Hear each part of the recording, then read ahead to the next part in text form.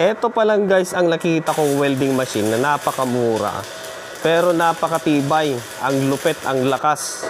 Tapos meron pa siyang lifting function. Yan o, nakalakabit siya sa argon gas.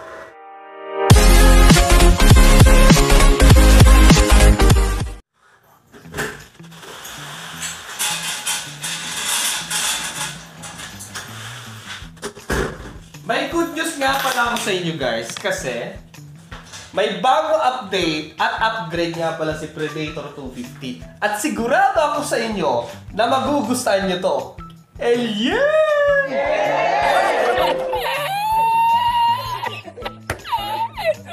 Alam nyo guys, excited na akong ipakita sa inyo yung mga bagong feature ni Predator 250. At alam nyo guys, si Predator lang merong ganyan. You know? So, ito na guys yung bagong version ng Predator Alien Tech 250 Ampere Pro. Ayan o. Ganito siya dati, yung itsura niya. Ngayon ay in-improve nila. Mas pinaganda at pinalakas, 2-in-1 pa siya, inverter welding machine, MMA at TIG. What?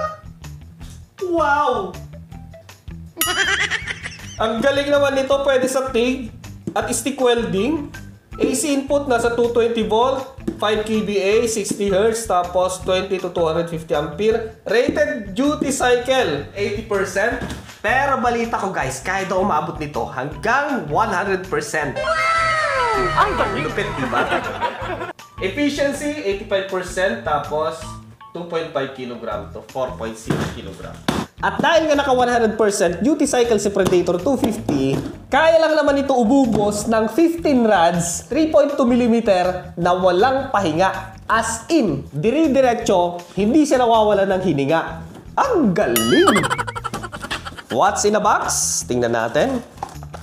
So dito, kagaya din ng dati, yung mga freebie niya. Meron siyang pamukpok at toothbrush.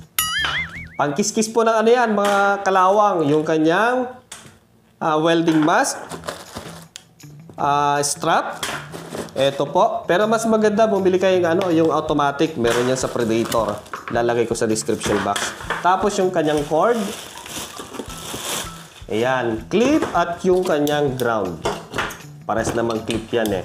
Electrode holder tapos yung kanyang ground clamp. Tapos na-maintain nila yung threaded type. Mas astig, mas maganda.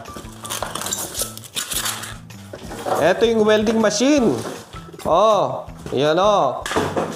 Okay. Alam nyo guys, mas pinastig siya kasi meron na siyang display. Meron na guys, yan oh. Hindi kagaya nung dati. Ito yung dati oh. Oh, diba? Tapos, pwede pa siya sa TIG. Subukan natin mamaya.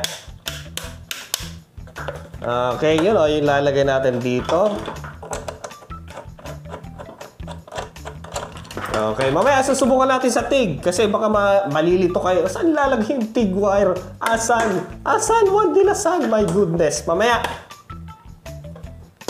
Yung kanyang current adjust. Tapos, blower at switch. So cute. Sing cute ng jowa mo. Nandito pala yung kanyang smoke glass at yung kanyang user manual. Smoke glass, user manual. Yung ilalagay natin din eh. So, sakto siya guys sa mga technician na nagse-service. Yan natin. At tanging si Predator lang ang gumagamit ng LCD display. Yun o. At colored pa siya. Yun ang maganda dito. Tapos, 2-in-1. Pwede sa stick welding, pwede sa TIG. One dilasag, nasa yung pindutan kasi. Yung current adjust lang dito ang meron. Alam nyo guys, yung kanyang dial or current adjust ay continuous po siya. Hindi siya madaling masira kasi nga digital siya. Tapos, yung pindutan, nandito rin sa kanyang potentiometer or yung kanyang dial. Yan. Ito na yung kanyang pindutan, no? At ang maganda nito, sa MMA ay supported siya ng VRD. So, mas matipid sa kuryente. Pag hindi natin pinagdudugtong yung ground at electrode, walang lalabas na kuryente. So, ganito guys kung paano gamitin yung kanyang arc force or ilipat or iset. So, pag nasa MMA tayo or stick welding, pwede natin siyang pindutin ng minsan, pupunta sa arc force, tapos adjust natin ganun. Hanggang 100%. Tapos, doon naman sa hot start, lipat natin, pindutin lang natin. Boom! Tapos, lipat natin 100%, pwede nating bawasan. Tapos pag tapos na at gusto nating lumipat ng setting sa lifting, pwede rin naman. Okay? Sa kanyang lifting, naka-activate yung kanyang VRD. So, may lalabas sa kanyang output pero mahina. Kasi kung malakas, yung lumalabas na steady na malakas, mapuputol yung ating tungsten or mapupudpud. So, mahina lang hanggang magkaroon lang siya ng arc, saka siya lalakas. At dahil nga pwede sa lifting welding si Predator 250 Pro, eto ang bagay dyan na Torx. So ito guys ay available same shop ni Predator. So dito meron na rin siyang bullet body, end cap, tapos yung kanyang ceramic cap. Kompleto na siya guys. Ayan. Okay, so paano siya gamitin? Paano siya i-attach? Wala naman siyang lalagyan din eh. So ganito siya guys. So kung stick welding yung gagamitin natin, ilagay natin yung kanyang ground clamp. Tapos yung kanyang electrode holder or positive at negative. Pwede na tayong mag-welding gamit ang stick welding. Tapos iset natin siya sa MMA or stick welding. Ngayon, kung lifting naman yung gagamitin natin, eto, tanggalin lang po natin yung electrode holder. Eto, tanggalin natin yan. Kasi, ilalagay natin yung Torx, TIG Torx. Eto, sa positive. Ganun lang po kadali. Pwede na tayo mag-TIG. At itong hose naman, ilagay natin sa regulator. Boom! Sa argon gas. Bali, ang main function lang talaga ni Predator ay sa stick welding. Add-on lang po niya si TIG welding or lift TIG. So, kung gusto niyo mag-lift TIG, pwede po siyang gamitin kasi meron naman siyang function dito as a TIG, lift TIG. Bali, yung previous version ni 250 Pro, yung ganito ay phase out na po. Ito na po yung bagong version, tapos nagdagdag sila ng additional na display, tapos pwedeng pang TIG. So, ang price po nito guys sa Lazada at Shopee, nasa 2,499 pesos. Tapos, kung gusto nyo naman na mag-TIG, adaptable para sa welding machine na to, ang price po niya ay nasa 1,799 pesos yung ganito po. Okay, same shop po. So, ngayon ay subukan natin ng 15 na 3.2 mm. Ito yung 2.5 mm. Ito naman yung 3.2. Mas malalaki. Okay. Niready ko na yung upuan kasi alam kong matagal to. Kung sakaling mga ako, subukan natin yung straight.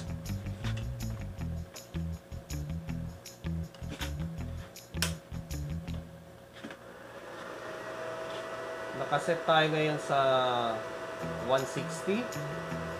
Oops, sagad pala. Sa 3.2 lang tayo. So, dito makikita natin kasi yung setting. Sa 1.6, 2.5, 3.2, 4.0 at 5.0. Okay. Ayan. So, subukan na natin. Pangmatagalan to ngayon. Matibay ngayon to.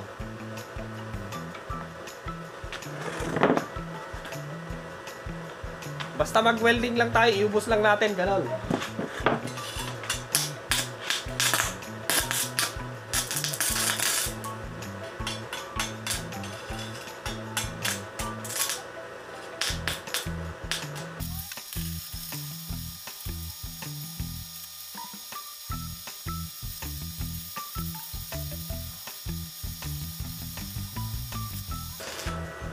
One finish.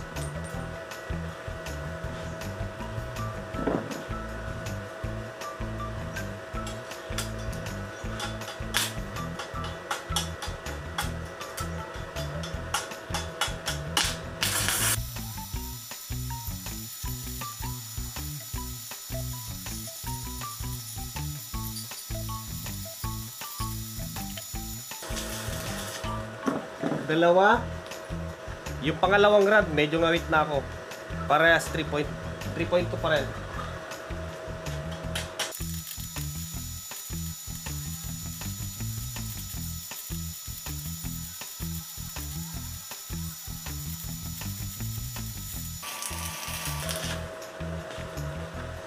Tatlo. Palit lang rod ang pahinga.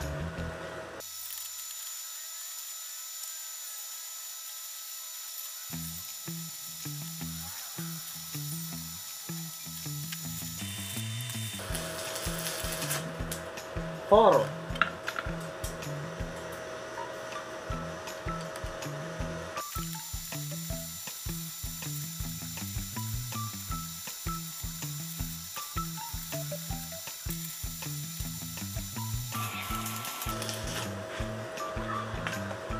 Five.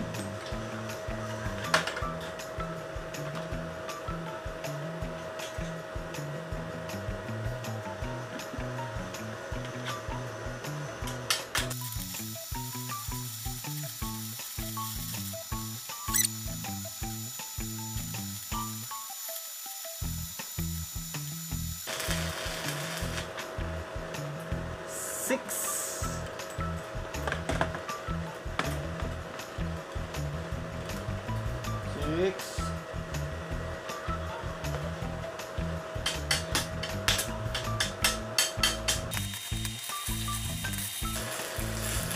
Tama ba yung bilang ko? Parang mali yata eh. Bilangin na lang natin mamaya yung mga nahulog ditong slug. Kasi eto pa lang yung unang welding machine na i-test ko. At ngayon lang ako magwe-welding na naman. Pwede palang mag-welding na nagmamarites dito. Ay pwede natin pag-usapan habang nagwe-welding. Matagal.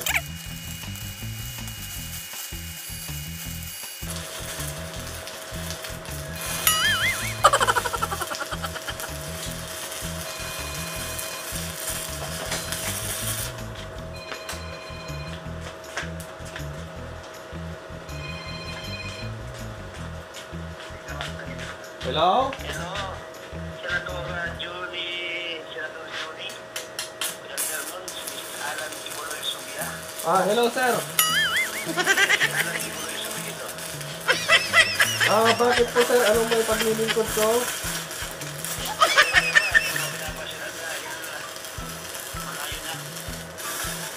Yes sir.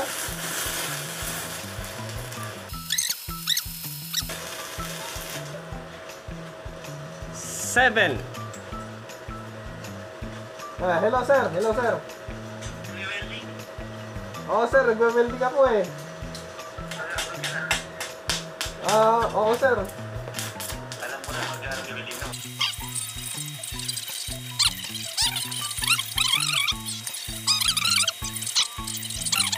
Sir.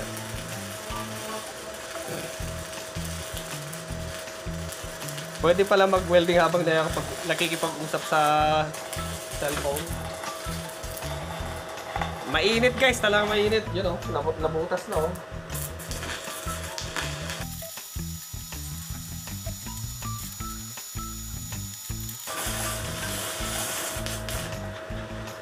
Eight. Ewan kung 8 or 7. Basta bilangin na lang.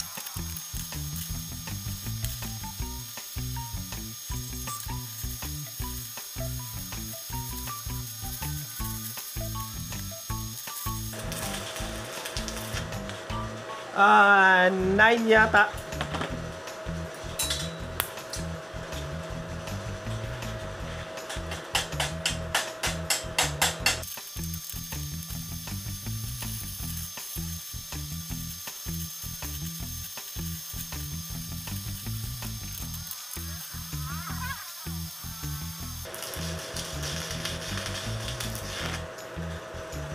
Tapos na naman. Dami na.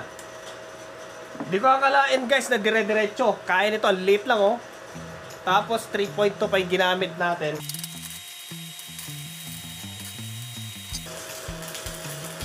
Nakakangawit.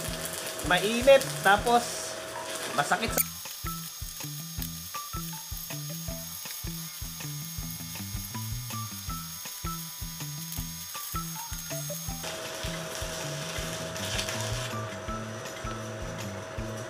Tapos na naman.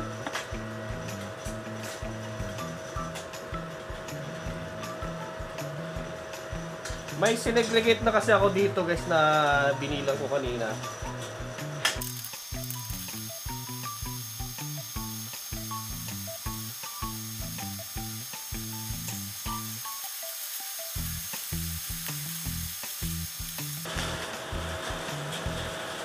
Tapos na naman.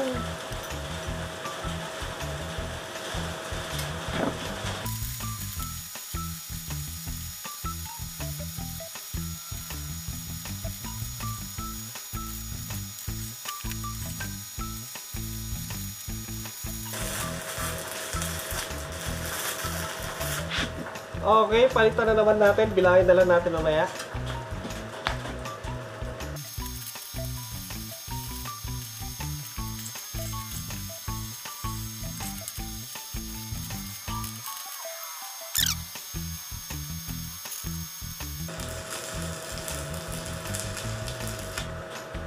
Ubos na naman.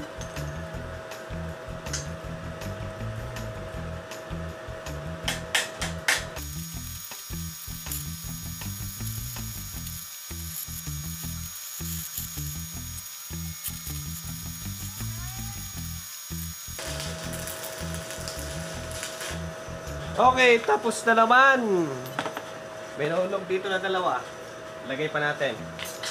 Dito, ubos na.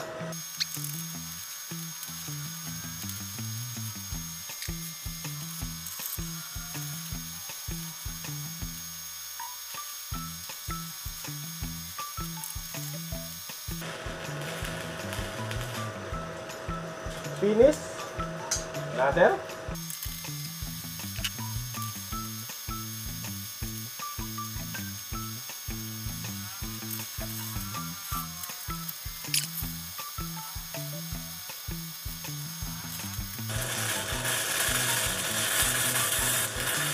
Okay, finish na at wala na akong electrode dito.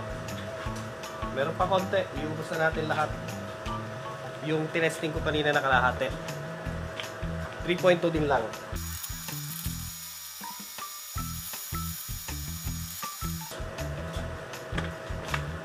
Grabe! Diretso guys, diretso. Napabilib talaga ako na Predator 250. Ang pahinga lang niya yung pagpapalit ng rod. Hanggang ngayon gumagana pa rin. Bilangin natin kung ilan yung yung ating retaso. Ayan gumagana pa rin siya.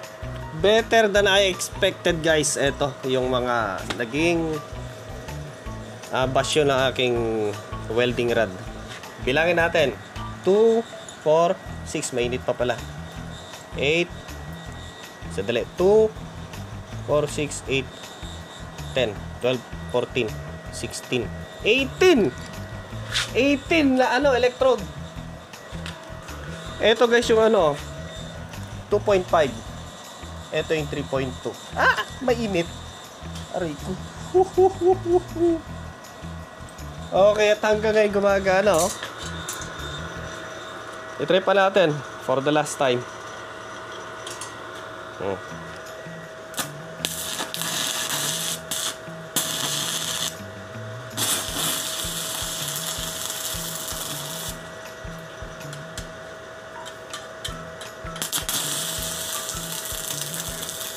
Yun So gumagana yung kanyang hot start.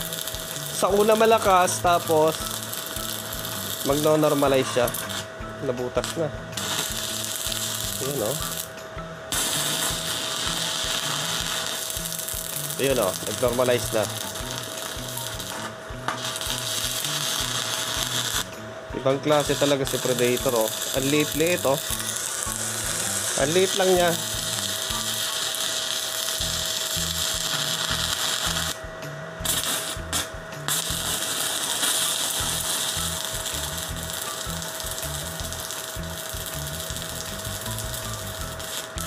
Lupit.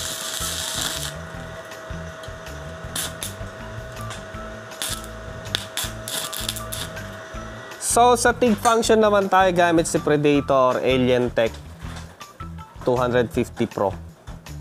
Ayan, kita niyo naman guys, ang liit niya pero Hercules yung lakas niya sa tibay. Kita niyo naman, 18 rad. Talagang malutong pa rin yung tunog niya. Sa tingin ko, kaya niya hanggang 20 to 25 rad. Hindi siya tumitigil. So, sa ano tayo ngayon sa TIG function.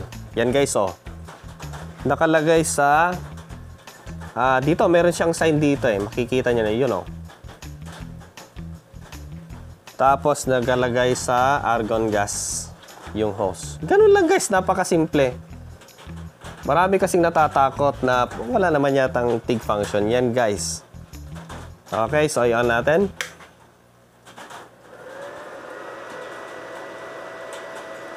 Nilipat ko na kanina pero ganito guys. Oh. Kunyari galing tayo sa MMA. Ngayon ay lilipat natin sa lift TIG. Okay. Ayun.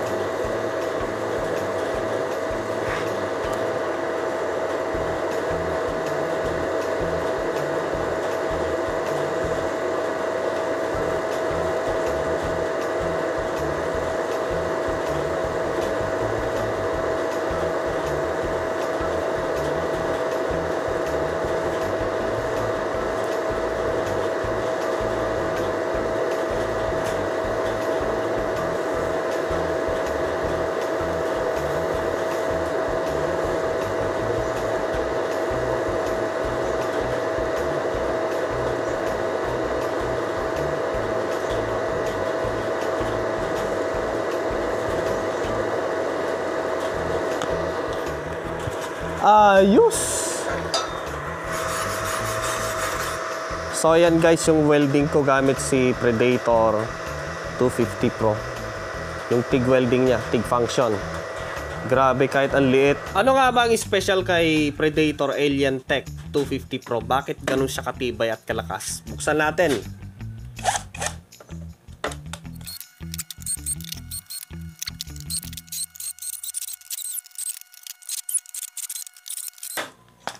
Okay, so ito na guys, yung loob ni Predator Alien Tech 250 Pro. Bakit ganun siya katibay? Boom! Yun o. Yan lang naman, pero grabe guys. Napakatibay. Mostly yung mga babarang ganun, lumolobo yung capacitor, pero ito wala o. Normal na normal. Tanggalin natin to.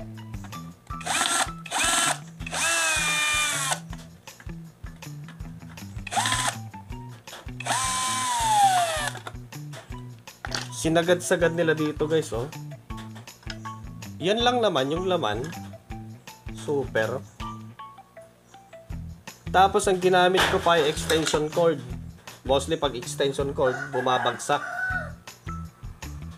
Yun, oh. Dalawa yung kanyang output na diode, pero 2, 4. Apat na diode yan. Yun, oh. Biro mo guys, dadalawang IGBT lang o ginamit oh. Grabe. Okay, subukan natin isaksak. Yun oh. Still working. So, yung mga parts nito guys ay available naman online. Kagaya ng mga capacitor, diode, IGBT, diode, lahat yan guys, pati mylar meron. Madalang naman to eh, madalang yan. Once in a blue moon lang yan. Okay. Yun lang. Napakasimple.